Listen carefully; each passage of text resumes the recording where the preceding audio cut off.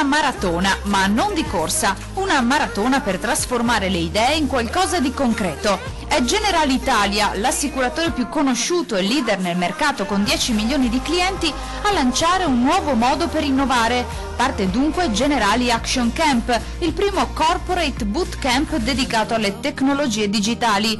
100 dipendenti suddivisi in gruppi, in 48 ore non stop, avranno l'opportunità di potenziare i servizi già messi in campo da Generali oppure di crearne di nuovi. Tutto ciò accade all'Innovation Park, nel cuore della sede di Mogliano Veneto della compagnia, dove Generali ha creato il polo dell'innovazione. Un altro momento di innovazione che stiamo portando in Generali Italia, ormai siamo abituati a fare in modo che chi deve mettere in pratica la strategia porti idee, porti innovazione, porti concetti che applichiamo poi sul mercato, e questo è quello che stiamo facendo. 48 ore di bootcamp, siamo partiti qualche mese fa con tante idee, più di 120 idee, e adesso siamo arrivati con poche idee da mettere in pratica in 48 ore. Come sono stati selezionati, diciamo così, questi 100 dipendenti?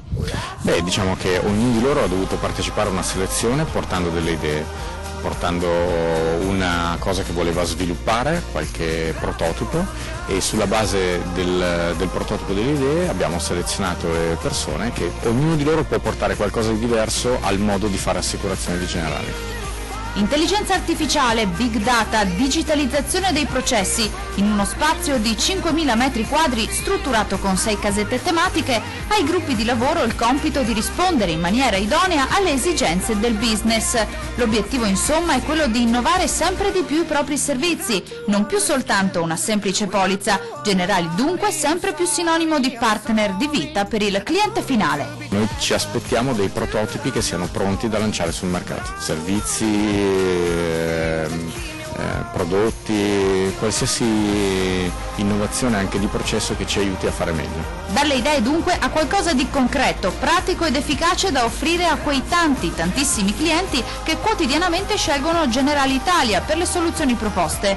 Tutto ciò coinvolgendo in prima persona i dipendenti, cioè coloro che poi metteranno in atto le strategie, perché per la compagnia il capitale umano va valorizzato e di fatto è concretamente il cuore di Generali.